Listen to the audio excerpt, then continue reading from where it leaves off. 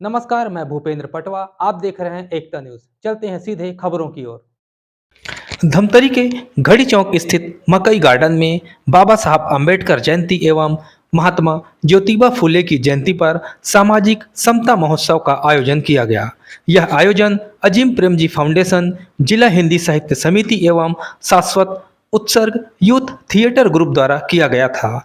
आयोजन के अंतर्गत खेल प्रतियोगिताएं भी आयोजित की गई। सबसे पहले आयोजन में पहुंचे गणमान्य नागरिकों ने खेल की ओर ध्यान आकर्षित किया। इसके बाद महिला, पुरुष और बच्चों के बीच रस्साकसी, रिंग बॉल, बैलेंस गेम सहित अन्य रोचक खेल प्रतियोगिताएं हुई। इस अवसर पर सार्थक स्कूल के बच्चों द्वारा नाटक की प्रस्तुति भी दी गई, जिसमें महात्मा ज्योतिबा फुले के बारे में बताया गया। वहीं शाश्वत उत्सर्ग थिएटर ग्रुप द्वारा भी बाबा साहब अंबेडकर की जीवनी पर आधारित नाटक की प्रस्तुति दी गई। आयोजनकर्ताओं ने बताया कि समाज में आपसी प्रेम, भाईचारा, समता का संदेश देने यह आयोजन किया गया है। 3, 2, 1 स्टार्ट। खींचिए बहुत बढ़िया। मतलब ये है, अरे गजब, अभी भी वो लाइन से बाहर नहीं हुआ है। और ये खींचिए सारे बच्चे मिल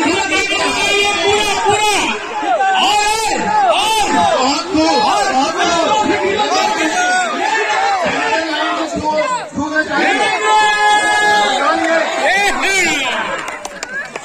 अभी आपको सबको उधर जाना है।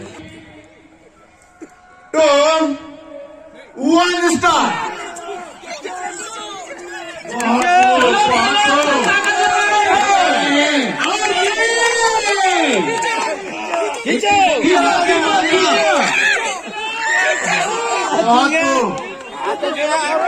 यहाँ एक दूसरे का सहयोग चाहिए। एक थक जाए तो दूसरा हाथ बढ़ाए। बहुत बढ़िया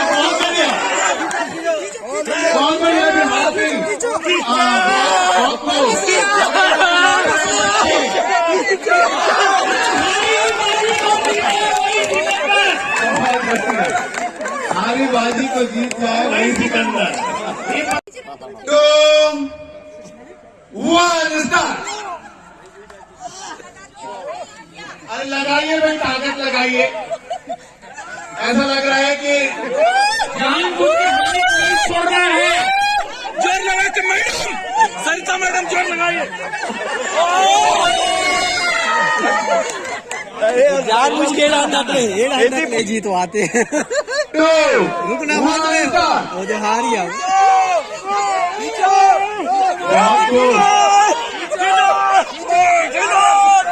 अभी बना है, खेल बाकी है। अभी खेल बाकी है। अभी खेल शुरू हुआ है।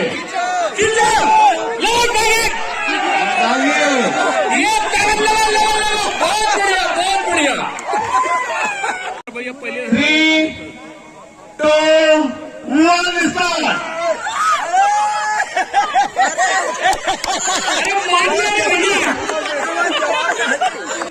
2, 1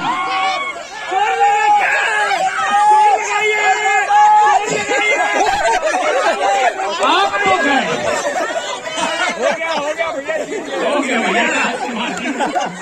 हो गया भैया। अब खुशी का ठिकाना नहीं, देखो बड़े तेजी से खुशी आगे होला बढ़ा रही हो। वाह गुड, पूरा एनर्जी के साथ। आगे मत रखिए बहुत ज्यादा, बस लगा के रखिए। हाँ, नहीं पास में रखना है। देखिए ये जो आगे बढ़ने पीछे से पास करते जाइए। चलिए जल्दी। और इस तरीके से खुशी, इनकी टीम खुशी वाला दल आगे निकल गया। 1 स्टार्ट। चलिए पीछे वाला हुला हुप को आगे बढ़ाने में देर न लगाए, और आगे वाला इतनी जल्दी भी आगे न रखते हुला हुप। तेजी से ये स्फूर्ति का खेल है देवे। बिल्कुल, ये येलो लाइन में हुला हुप टच होना चाहिए और सबसे पीछे वाला अच्छे से जंप लगाना चाहिए। आगे आगे बढ़ाइए, वेरी गुड, ताली बजाएं। 1 स्टार्ट। बहुत बढ़िया, बहुत बढ़िया, मेहनत जरूरी है।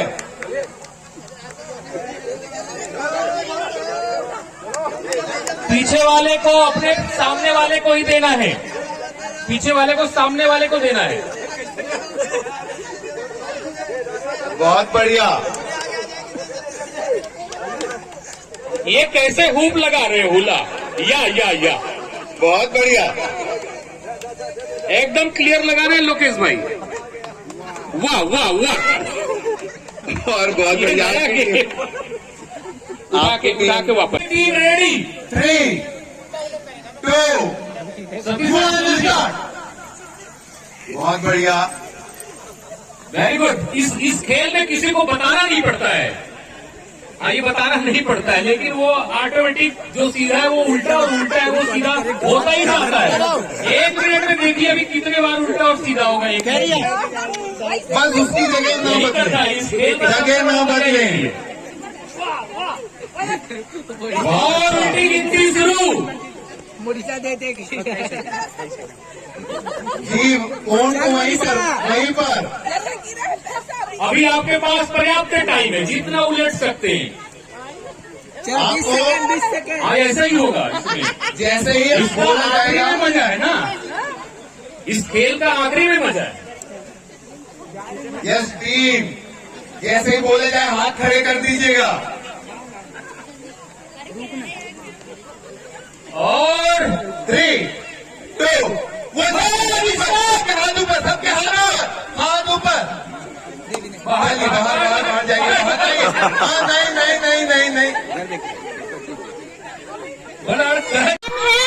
अरे क्या हुआ, इतना क्यों चिल्ला रही हो? बड़ी खुशखबरी की बात है। क्या खुशखबरी? देखो, 12वीं का रिजल्ट आया है, तो पूरे जिले में अव्वल आई है। अच्छा, मैं पूरे जिले में अव्वल आई हूँ, ये तो बड़ी खुशी की बात है। हाँ, तो पूरे जिले में अव्वल आई है, तो इस बात में एक पार्टी बनती है ना? हाँ, क्यों नहीं। चलिए सब बात छोड़, अब तो तू बड़े से कॉलेज में चली जाएगी, फिर वहीं तेरा एडमिशन हो जाएगा, फिर हमारे साथ छूट जाएगा ना?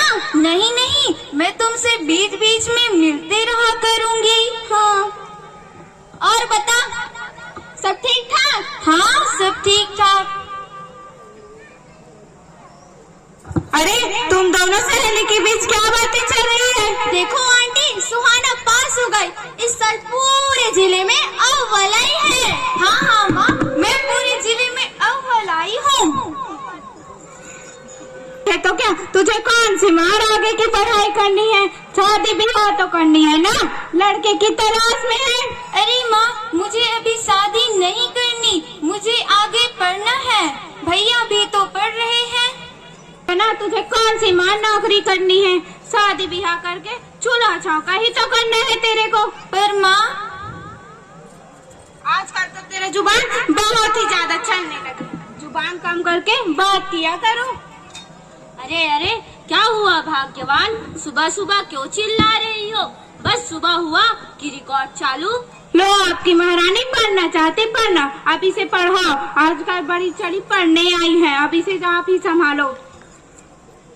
देखो बिटिया, हमें तुम्हें जितना पढ़ाना था उतना पढ़ा लिया, अब हमारे पास पैसे नहीं है। ये अव्वल आ गई, ये तो बड़ी खुशी की बात है। हाँ पापा, लेकिन उसके पापा है ना, उसे आगे पढ़ाना नहीं चाहते, इसके लिए रिश्ता ढूंढ रहे हैं। जाकर आप सुहाने के पापा को समझाइए ना। ठीक है बिटिया, मैं मेहता जी को समझाता हूँ। ये मेहता जी भी कैसे हैं? सुहाना बिटिया इतनी होनहार है और इस साल पूरे जिले में अव्वल आई है, फिर भी उसे नहीं पढ़ा रहे। कैसे है ये मेहता जी? अरे यही तो मेहता जी का घर है। हाँ है मेहता जी। नमस्कार वर्मा भाऊ। नमस्कार मेहता जी, नमस्कार। और बताइए कैसे आना हुआ? कि आपकी बेटी पूरे जिले में अव्वल आई है, तो सोचा बधाई देने चला। अब तो आप तो गिर गए हैं भाई साहब, मैं तो गिरकर संभल जाऊंगा, पर अगर बड़ों की वजह से बच्चों का भविष्य गिर जाए तो न उठाना मुश्किल हो जाता है।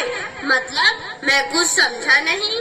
सुना है कि आप अपनी बिटिया को आगे पढ़ने नहीं दे रहे, उसके लिए रिश्ता ढूंढ रहे हैं। मेहता जी, जमाना बदल रहा है, अब हमें भी अपनी बेटियों को शिक्षित व आत्मनिर्भर बनाना चाहिए।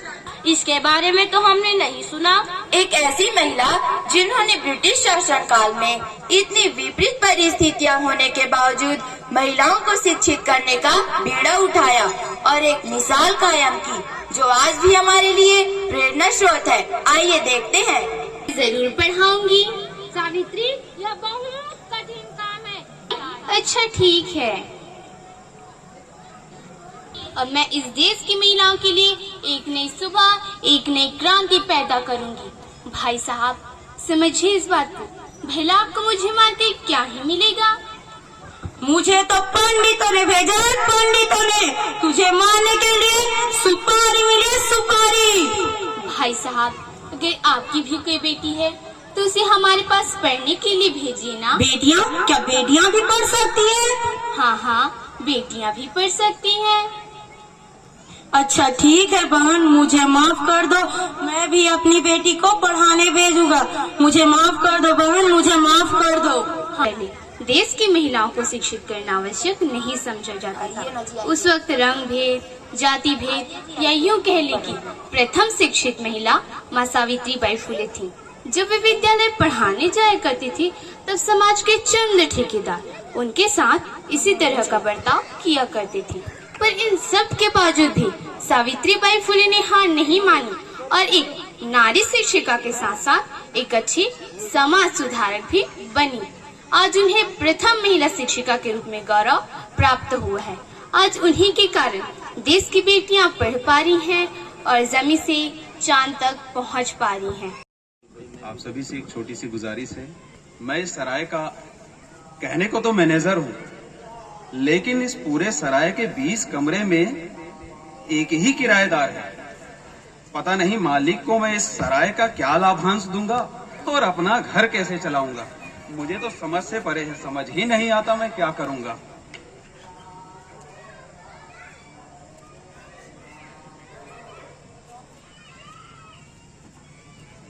अपनी मिट्टी में कदम रखने का एहसास ही कुछ और है।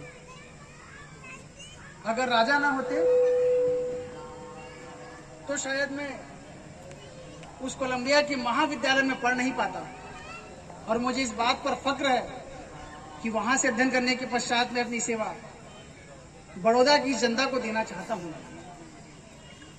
और शायद इसीलिए मुझे ईश्वर ने ये मौका दिया है कि मैं आऊं यहाँ और अपने इस ज्ञान को मैं और बांटूं। लेकिन मुझे यहाँ पर किराया देगा कौन? चलो इस भलू माने से ही पूछ लूं। महोदय, क्या मुझे विश्राम के लिए जगह मिलेगी? बिल्कुल मिलेगा बाबू साहब, आपको विश्राम के लिए हमारे इस सराय में जरूर जगह मिलेगा। हम पारसी बहुत सेवक होते हैं। बताओ किस तरह का कमरा चाहिए आपको? बस जहाँ ये मानव शरीर मात्र कुछ देर विश्राम। कितने दिन रुकेंगे भाऊ साहब? अब ये तो राजा के ऊपर निर्भर करता है कि मुझसे सेवाएं कब तक। हाँ हाँ, मैं आपको कमरा जरूर दे सकता हूँ, लेकिन पूरे महीने का किराया मैं लूंगा। समझ गया, मैं उसकी चिंता ना करो। और कुछ राशि तो मैं आपसे एडवांस के तौर पर भी लूंगा। मंजूर है? जरूर जरूर, मुझे तो मंजूर है। आपका कमरा दिखा देता हूँ। ठीक है, आ जाओ।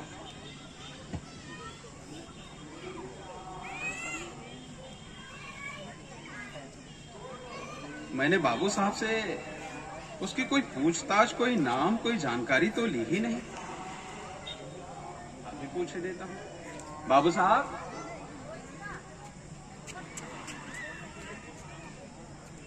आप पारसी नहीं हो? नहीं तो क्यों? आप पारसी नहीं हो? नहीं, पर इंसान तो हूँ। क्या नाम है तुम्हारा? मेरा नाम भीमराव अम्बेडकर है। अम्बेडकर? मतलब तुम अछूत हो, नीची जाति के हो। अरे पहले क्यों नहीं बताया? अरे पारसी मुझे मार डालेंगे, इस सराय का मालिक मुझे यहाँ से निकाल देगा। कैसी बात करते हैं महोदय? मैं निवेदन करता हूँ आपसे, आप अपना बोरिया बस्तर उठाइए और यहाँ से चलिए। मैं आपको अपने सराय में यहाँ रुकने नहीं दूंगा। मैं तो भूल ही गया था वहाँ पढ़कर, ये छुआछूत, नीची जाति, धर्म, संप्रदाय आज भी यहाँ पर है। महोदय वो मैं कुछ नहीं जानता। आप इंसान हैं। आप अपना बोरिया बिस्तर उठाएं और यहाँ से चलते बने, नहीं तो मेरी छुट्टी हो जाएगी। मुझे एक बात बताइए महोदय, क्या आप इंसान नहीं है? अरे क्यों धर्म संकट में डालते हो? मैंने जो पूछा उसका जवाब दीजिए। तुम अछूत हो, ये कोई ना जाने। मैं कह देता हूँ पहले से, नहीं तो पारसी मुझे यहाँ मार मार के भगा देंगे यहाँ से। हे भगवान, आज भी भारत में इसकी क्या आवश्यकता है? तत्पश्चात, अरे सुनते हो भाई, सुनते हो?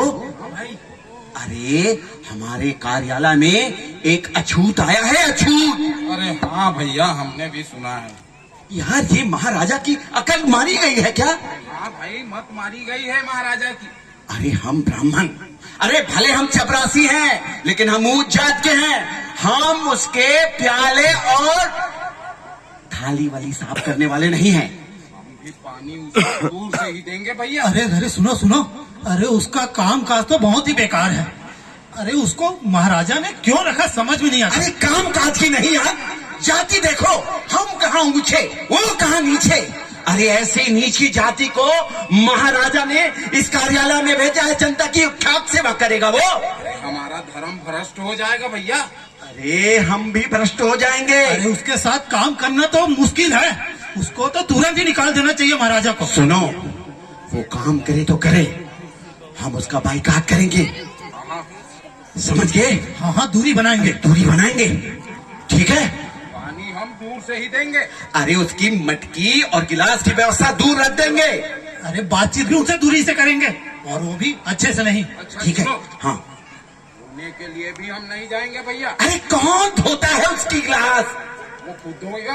वो खुद धोएगा? श्यामलाल, जरा पानी लाना। हाँ साहब, ये पानी।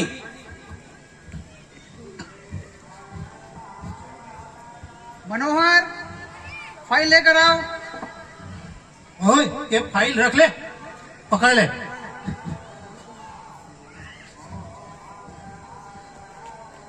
मेरे दोस्तों, ऑफिस में अंग्रेजों का गुलाम बना हुआ है, और दूसरी ओर हमारी खोखली मानसिकता। अरे आज भी लोग धर्म, जाति, संप्रदाय के नाम पर लड़ रहे हैं। आज भी छुआछूत, आज भी नीची जाति। अरे आखिर ये बनाया किसने? हमें तो भगवान ने इंसान बनाकर भेजा है ना। फिर धर्म के नाम पर इतने सारे और जाति के नाम पर इतने अधिक भेदभाव, ये आखिर कब तक सहूंगा मैं? अरे किसी जाति में जन्म लेना क्या पाप हो चला है? आखिर ये हिंदुस्तान के लोगों को हुआ क्या है? भगवान ने तो केवल इंसान बनाया था। ये धर्म, ये जाति, ये संप्रदाय, ये पंथ, ना जाने ये कब खत्म होगा। सुनो भाइयों, सुनो, सुना है सराय में वो नीच जात रहता है। हाँ, हमारे पारसी संप्रदाय उसको रखा कैसे? अरे अगर उसको रखेंगे ना तो ऊंची जाति के लोग सराय में नहीं आएंगे। अरे इस मोहल्ले से उसे खदेड़ दिया जाए, बाहर कर दिया जाए, उसको दूर हटाना ही होगा। भाइयों चलो चलो चलो चलो, जल्दी चलो। क्यों भाई, तुम्हारे यहाँ छूत रहता है क्या?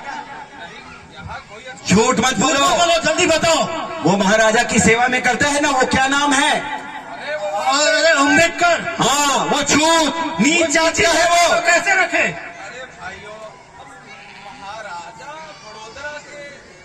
नहीं नहीं नहीं, हमें इस मोहल्ले में नहीं चाहिए वो छूत। उसे तुरंत निकालो यहाँ से। हाँ हाँ, इस सराय से तुरंत निकाल दो। ये लो भाई, मैंने निकाल दिया उसे। अरे मैं आपसे निवेदन करता हूँ बाबू साहब, आप यहाँ से चले जाए, नहीं तो मेरी पूरी नौकरी खतरे में आ जाएगी। मेरा सामान कहाँ पर है? अरे मैंने फेंक दिया उसे। क्या? मैंने फेंक दिया उसे रास्ते पर। अब आप उठा लो भाई साहब, आप जाओ जाओ जाओ। चलो, किसी एक जाति पर धर्म लेना के इतना बड़ा पाप है कि मैं ठीक से अपना कार्य भी ना करूं। अगर राजा ना होते तो मैं पढ़ाई कैसे करता, और अगर उनका मुझ पर ये कर्ज ना होता तो मैं एक पल भी यहाँ न रुकता। की भीमराव अंबेडकर की। अब मैं मेरा नाम प्रियंका साहू है। मैं कक्षा 8वीं में पढ़ती हूँ। हमारे स्कूल का नाम उन्नयन माध्यमिक शाला परस्तराई है। हमने सावित्रीबाई फुले का नुक्कड़ नाटक दिखाया, जिसके माध्यम से हमने नारियों क्या बताया गया नाट्य में यह बताया गया है कि नारी शिक्षा का हमने संदेश दिया है।